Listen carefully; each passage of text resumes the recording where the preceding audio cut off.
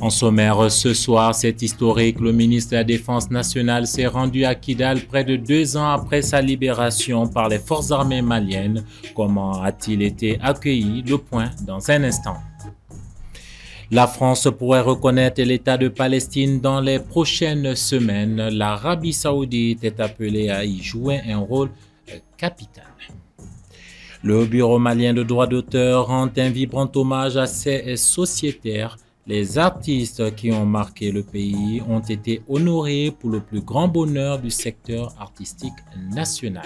Madame, Monsieur, bonsoir. Visite hautement symbolique à Kidal hier vendredi du ministre de la Défense, le général de corps d'armée Sadio Camara. Cette visite intervient après près de 2 ans après la reconquête de Kidal, le 14 novembre 2023. Que faut-il en retenir? Le point avec Soumaïla Fani. Autrefois symbole d'une présence étatique effacée, la ville de Kidal renaît peu à peu de ses cendres. 2 ans après la reconquête de la localité, le ministre de la Défense, le général de corps d'armée Sadio Camara, s'est rendu dans cette ville ce vendredi 23 mai dans le cadre d'une visite hautement symbolique et historique. Restée pendant plus d'une décennie aux mains des groupes armés, la ville de Kidal a été reprise par l'armée malienne le 14 novembre 2023. Quelques jours après, le général El Hadj Gamou a été nommé gouverneur de la région, un officier de renom originaire de la ville qui s'est donné comme objectif le rétablissement de l'autorité de l'État et le retour des populations déplacées. Aujourd'hui, la quasi-totalité des services sociaux de base fonctionnent à nouveau et bon nombre de ménages ont fait leur retour dans la ville. Ce déplacement hier du ministre de la Défense dans cette ville stratégique au nord du pays marque une nouvelle étape dans le processus de normalisation et de stabilisation de la région, longtemps marquée par l'instabilité. Dans une atmosphère chargée d'émotions et de fierté nationale, le général Sadio Camara s'est offert un véritable bain de foule, visiblement ému par cette présence ministérielle rare et porteuse d'espoir. Sa visite s'inscrit donc dans une dynamique de restauration de la souveraineté, mais aussi de reconstruction morale et économique. Au pied d'une ancienne raffinerie aux abords de la ville, le général Sadio Camara a déclaré, je cite, « Nous ne sommes pas ici pour contempler les ruines du passé, mais pour poser les fondations d'un avenir équitable et contrôlé par l'État. L'or de Kidal doit désormais briller pour tous les Maliens. » Fin de citation. En bref et en images, disparu depuis près de 2 mois, le président par intérim du Forum des organisations de la société civile, Aliou Badra Sako, est réapparu ce vendredi 23 mai. Aliou Badra Sako est connu pour ses prises de position critiques sur la gouvernance et la citoyenneté et la participation citoyenne. Pour l'heure, Aliou Badra Sako n'a fait aucune déclaration sur les circonstances de sa disparition. Sans transition, la France pourrait être le 149e pays sur 193 à reconnaître l'État de Palestine. Mais cette reconnaissance des autorités françaises ne se produira que si l'Arabie saoudite reconnaît Israël, ce qui reste incertain selon une source diplomatique. La France et l'Arabie saoudite co-présideront en juin prochain une conférence de l'ONU sur une solution au conflit israélien palestinien. En toile de fond, la question de la reconnaissance par la France de l'État de Palestine. Le récit est d'Assetoumani Koulibaly. En novembre dernier, l'Assemblée générale de l'ONU avait adopté une résolution plaidant pour des négociations crédibles pour le processus de paix au Proche-Orient. Elle avait alors décidé de convoquer pour juin à New York une conférence internationale de haut niveau pour la mise en œuvre de la solution à 2 États. La France et l'Arabie saoudite ont été chargées de la présider. C'est dans cette optique que le chef de la diplomatie française a reçu ce vendredi 23 mai ses homologues saoudiens, jordaniens et égyptiens. Il a déclaré que la France est déterminée à reconnaître l'État de Palestine. Un État reconnu aujourd'hui par 148 pays sur les 193 du monde. Cette volonté exprimée par la France est celle de la reconnaissance mutuelle et de la mise en œuvre effective de la solution à 2 États. Pour elle, cette solution devrait garantir la sécurité et la paix de tous autour de 2 États, israéliens et palestiniens, vivant côte à côte au sein des frontières sûres et reconnues. La voie que nous voulons tracer est claire, c'est celle de la reconnaissance mutuelle et de la mise en œuvre effective de la solution à 2 États. Pour la France, cette feuille de route doit garantir la sécurité d'Israël et son intégration régionale et répondre à l'aspiration légitime des Palestiniens à disposer d'un État. La conférence de New York prévue du 17 au 20 juin 2025 est donc très attendue. Elle devrait définir le sort des 2 pays. Pour l'Arabie saoudite, le résultat de cette conférence doit être une plus-value dans la reconnaissance de la Palestine comme un État. We are honored to co-chair the conference alongside the Republic of France and to stand with all those committed to ensuring that this diplomatic effort leads to real, irreversible, and transformative change. To ensure, once and for all, the peaceful settlement of the question of Palestine.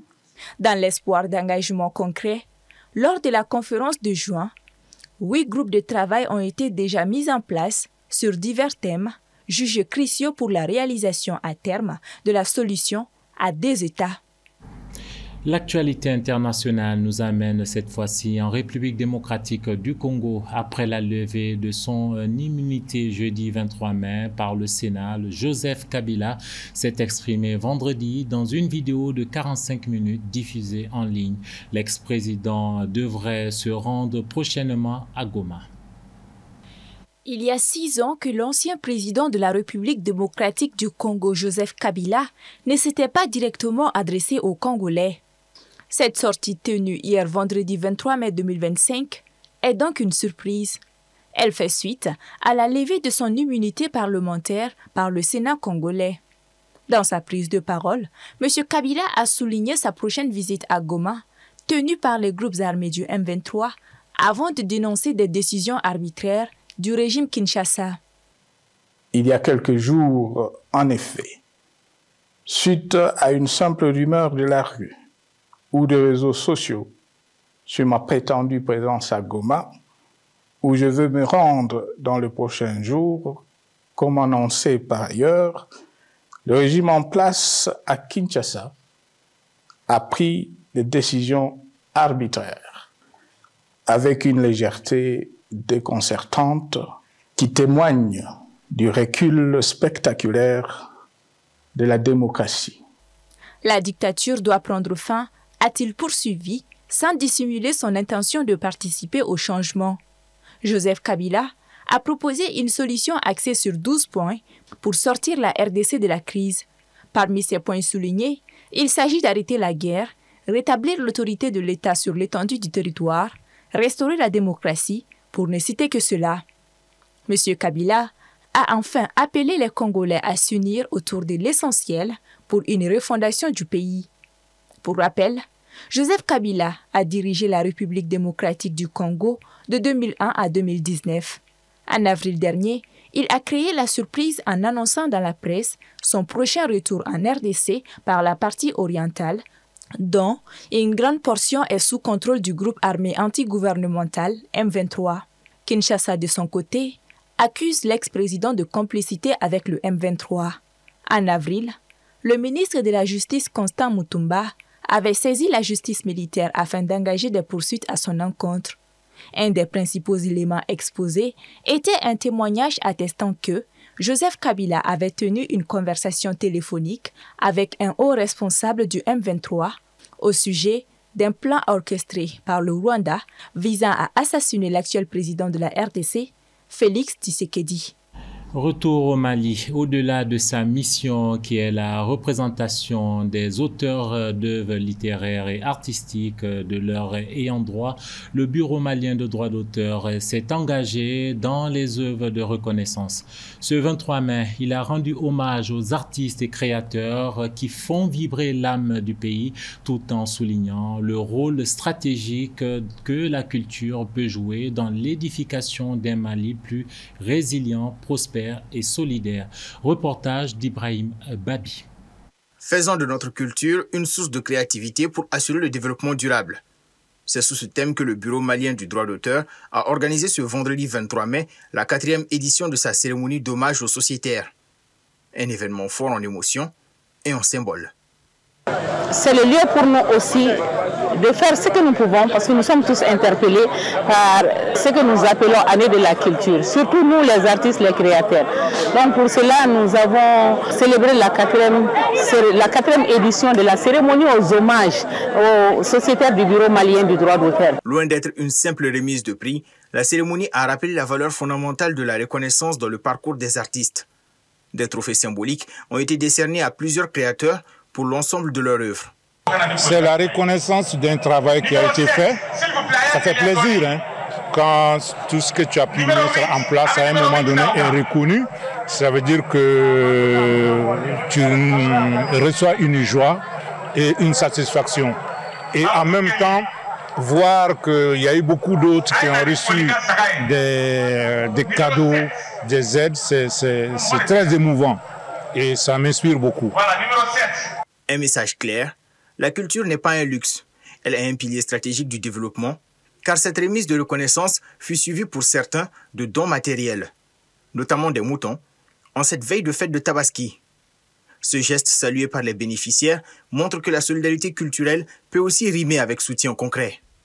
En tant qu'homme de culture, je pense que c'est une valeur de notre société qui est manifestée ici, qui est magnifiée ici, qui est la solidarité. Et cette solidarité, c'est clair et net que nous avons vécu et nous avons cultivé ça depuis la nuit des temps.